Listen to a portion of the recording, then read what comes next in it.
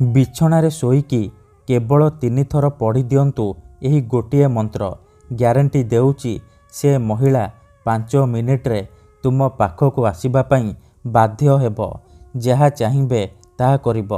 ହଁ ଫ୍ରେଣ୍ଡସ୍, ଏହି ମନ୍ତ୍ର ଏତେ ଶକ୍ତିଶାଳୀ କି ଏପଟେ ଆପଣ ମନ୍ତ୍ରକୁ ପଢ଼ିବା ମାତ୍ରେ ସେ ଝିଅ ହେଉ ବା ପଡ଼ିଶା ଘର ସୁନ୍ଦରୀ ଭାଉଜ ତୁମ ପାଖକୁ ଆସିବା ପାଇଁ ବାଧ୍ୟ ହେବ। ଯେପର୍ଯ୍ୟନ୍ତ ତୁମ ପାଖକୁ ଆସିନି, ତୁମ ସହିତ ସମ୍ପର୍କ ରଖିନି, ସିଏ ଗୋଟେ ମୁହୂର୍ତ୍ତ ବି ରହିପାରିବନି। କେବଳ ଆପଣଙ୍କୁ ବିଛଣାରେ ଶୋଇକି ଏହି ମନ୍ତ୍ରକୁ 3 ଥର ପଢ଼ିବାର ଅଛି। ତାପରେ ଦେଖିବେ ଚମତ୍କାର। ହଁ ଫ୍ରେଣ୍ଡସ୍, ଆପଣ ସମସ୍ତଙ୍କର ଇଚ୍ଛା ଥିବ ନିଜ ପସନ୍ଦର ଝିଅକୁ ପଟେଇବା ପାଇଁ, ପଡ଼ିଶା ଘର ସୁନ୍ଦରୀ ଭାଉଜକୁ ନିଜ ବଶରେ କରି ତାଠାରୁ ନିଜର ମନ ମୁତାବକ କାମ ହାସଲ କରିବା ପାଇଁ। କିନ୍ତୁ ଇଏ ଏତେ ସହଜ ନୁହେଁ। ଏଥିପାଇଁ ଆମର ତନ୍ତ୍ରଶାସ୍ତ୍ରରୁ ମୁଁ ଆଜି ଆପଣଙ୍କ ପାଇଁ ଏମିତି ଏକ ନାରୀ ମୋହିନୀ ବଶୀକରଣ ବିଦ୍ୟା ନେଇ ଆସିଛି, ଯାହାକୁ ଆପଣ କରିଦେଲେ ନିଜ ପସନ୍ଦର ଝିଅକୁ ପଟେଇ ପାରିବେ। ପଡ଼ିଶା ଘର ସୁନ୍ଦରୀ ଭାଉଜଠାରୁ କିଛି ବି କାମ ହାସଲ କରିପାରିବେ। ଏହି ବଶୀକରଣ ଆପଣଙ୍କୁ ସହଜ ଲାଗିବ, କିନ୍ତୁ ଇଏ ମହାଶକ୍ତିଶାଳୀ ବଶୀକରଣ, ଯାହାର ପ୍ରୟୋଗରେ ଆପଣ ସୁନ୍ଦରୀରୁ ସୁନ୍ଦରୀ ଝିଅକୁ ପଟେଇ ପାରିବେ। ପଡ଼ିଶା ଘର ସୁନ୍ଦରୀ ଭାଉଜକୁ ନିଜ ବଶରେ କରିପାରିବେ। ହଁ ଫ୍ରେଣ୍ଡସ୍, ଯଦି ଆପଣ କେଉଁ ଝିଅକୁ ମନେ ମନେ ଭଲ ପାଉଛନ୍ତି, କିନ୍ତୁ ଯେତେ ଚେଷ୍ଟା କଲେ ମଧ୍ୟ ତାକୁ ପଟେଇ ପାରୁନାହାନ୍ତି, ତାକୁ ନିଜର ମନ କଥା କହିବାକୁ ଡରୁଛନ୍ତି, ଆଉ ଆପଣ ଚାହୁଁଛନ୍ତି କି ସେ ଝିଅ ନିଜେ ଆସି ଆପଣଙ୍କୁ ଭଲ ପାଉଛି ବୋଲି କହୁ, ତେବେ ଆଜିର ଏହି ଭିଡ଼ିଓଟି ଆପଣଙ୍କର ଇଚ୍ଛାକୁ ପୂରଣ କରିବ। କେବଳ ଆପଣଙ୍କୁ ବିଛଣାରେ ଶୋଇକି ଏହି ମନ୍ତ୍ରକୁ 3 ଥର ପଢ଼ିବାର ଅଛି। ଗ୍ୟାରେଣ୍ଟି ଦେଉଛି ଯେଉଁ ଝିଅ ବା ମହିଳା ପାଇଁ ଆପଣ ଏହି ବିଧିକୁ କରିବେ, ସିଏ ନିଜେ ଆସିବ ଆପଣଙ୍କ ସହିତ ସମ୍ପର୍କ ରଖିବ, ଆପଣଙ୍କୁ ଛାଡ଼ି ରହିପାରିବନି। ନମସ୍କାର ଫ୍ରେଣ୍ଡସ୍, ଓଡ଼ିଆ ଫଣ୍ଡା ଚ୍ୟାନେଲକୁ ଆପଣମାନଙ୍କୁ ସ୍ୱାଗତ। ଏହି ବଶୀକରଣ ସାହାଯ୍ୟରେ ଆପଣ ବର୍ଷ ବର୍ଷ ଧରି ଭାଙ୍ଗି ଯାଇଥିବା ପୁରୁଣା ପ୍ରେମକୁ ଫେରାଇ ଆଣିପାରିବେ। ଶାଶୁ, ନଣନ୍ଦ, ଦିଅର, ଭାଉଜ କାହାକୁ ବି ନିଜ ବଶରେ କରି ତାଠାରୁ ନିଜର ମନ ମୁତାବକ କାମ ହାସଲ କରିପାରିବେ।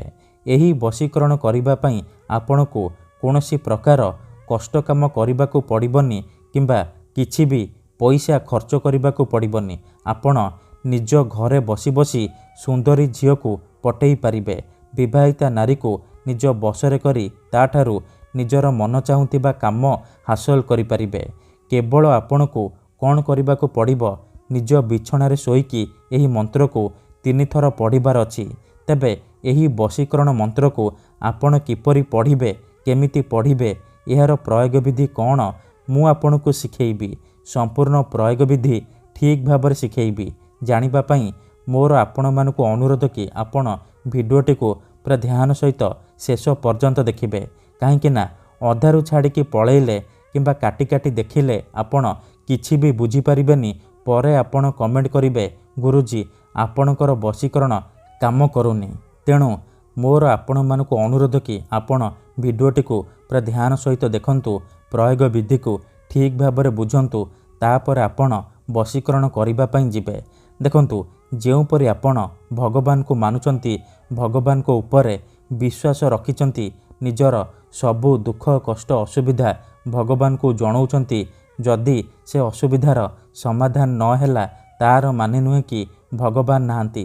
ସେହିପରି ତନ୍ତ୍ର ମନ୍ତ୍ର ହୁଏ, ବଶୀକରଣ କାମ କରେ, କିନ୍ତୁ ଏହାକୁ ଆପଣଙ୍କୁ ସିଦ୍ଧ କରିବାକୁ ପଡ଼ିବ। ପ୍ରୟୋଗ ବିଧିକୁ ଠିକ୍ ଭାବରେ କରିବାକୁ ପଡ଼ିବ। ମନ୍ତ୍ର ଠିକ୍ ସେ ପଢ଼ିବାକୁ ପଡ଼ିବ। ମୁଁ ଆପଣଙ୍କୁ ଯେମିତି ଶିଖେଇବି ଆପଣଙ୍କୁ ଠିକ୍ ସେହିପରି କରିବାକୁ ପଡ଼ିବ। ତେବେ ଯାଇ ମୁଁ ଆପଣଙ୍କୁ ଗ୍ୟାରେଣ୍ଟି ଦେଉଛି ଆପଣ 100ରୁ 100% ସଫଳ ହେବେ। ଯଦି ଗୋଟିଏ ଥରରେ ସଫଳ ହୋଇପାରୁନାହାନ୍ତି, ତେବେ ଦ୍ୱିତୀୟ ଥର ଚେଷ୍ଟା କରନ୍ତୁ, ନିହାତି ଭାବେ ସଫଳ ହେବେ। ତେବେ ଚାଲନ୍ତୁ ଜାଣିବା ଏହି ବଶୀକରଣ ଆପଣ କିପରି କରିବେ। ତା ପୂର୍ବରୁ ଯଦି ଆପଣ ଆମ ଚ୍ୟାନେଲକୁ ନୂଆ ଆସିଛନ୍ତି, ତେବେ ଦୟାକରି ଚ୍ୟାନେଲକୁ ସବସ୍କ୍ରାଇବ୍ କରି ପାଖରେ ଥିବା ବେଲ୍ ଆଇକନ୍କୁ ମଧ୍ୟ ଦବାଇ ଦିଅନ୍ତୁ। ଠିକ୍ ଅଛି? ତେବେ ମନେ ରଖନ୍ତୁ, ଏହି ବଶୀକରଣ ବିଧିକୁ ଆପଣ କେଉଁ ବି ବାରରେ କରିପାରିବେ, କିନ୍ତୁ ଯେବେ ବି କରିବେ ରାତିରେ ଶୋଇବା ପୂର୍ବରୁ କରିବେ। ନିଜ ବିଛଣାରେ ଶୋଇକି ଆପଣ ମନ୍ତ୍ରକୁ ତିନି ଥର ପଢ଼ିବେ। ବିଧିଟି କରିବା ପୂର୍ବରୁ ଭଲ ଭାବରେ ହାତ ଗୋଡ଼ ମୁହଁ ଧୋଇକି ସଫା ବସ୍ତ୍ର ପିନ୍ଧିକି ଆପଣ ଏହି ବଶୀକରଣ ବିଧିକୁ ଆରମ୍ଭ କରିବେ। ପ୍ରଥମେ ଆପଣ କ'ଣ କରିବେ, ଯେତେବେଳେ ରାତିରେ ଶୋଇବା ପାଇଁ ଯିବେ ପୂର୍ବ ଦିଗକୁ ମୁଣ୍ଡ କରିକି ଶୋଇବେ।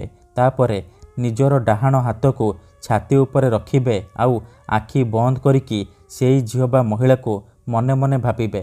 ତାର ମୁହଁକୁ ନିଜ ମନରେ ଭାବିବେ। ତାପରେ ଏହି ମନ୍ତ୍ରକୁ 3 ଥର ପଢ଼ିଦେବେ। ଓମ୍ ନମଃ କାମାକ୍ଷା ଦେବୀ ଆମୁକଂ ମେ ବଶ୍ୟମ୍ କୁରୁ କୁରୁ ଫଟ୍ ସ୍ୱାହା। ଆମୁକଂ ଜାଗାରେ ଆପଣ ସେଇ ଝିଅ ବା ମହିଳାର ନାମ କହିବେ ଯାହାକୁ ଆପଣ ନିଜ ବଶରେ କରିବାକୁ ଚାହୁଁଛନ୍ତି। ମନ୍ତ୍ରକୁ ଆପଣ 3 ଥର ପଢ଼ିବେ। 3 ଥର ମନ୍ତ୍ର ପଢ଼ି ସାରିବା ପରେ ଛାତି ଉପରୁ ହାତକୁ କାଢ଼ିବେ ଆଉ ଛାତିରେ ଗୋଟିଏ ଥର ଫୁଙ୍କିଦେବେ।